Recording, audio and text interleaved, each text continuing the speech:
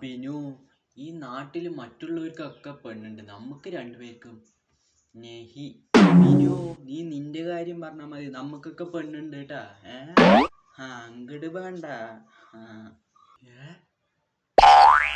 എന്റെ മോളൂസ് വിളിക്കണ്ട്. അതിന് റിംഗ് ടൂൺ ഒന്നും കേട്ടില്ല. അതെങ്ങനെ കേക്കാണ്? വൈബ്രേഷൻ മോഡാണ്.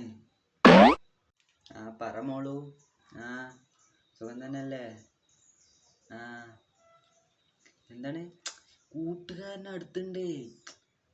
മോളു സുമ്മ തരുമോന്ന്? കുറച്ച് കഴിഞ്ഞിട്ട് വിളിക്കാം, അപ്പൊ തരാം ട്ടാ. ശരി.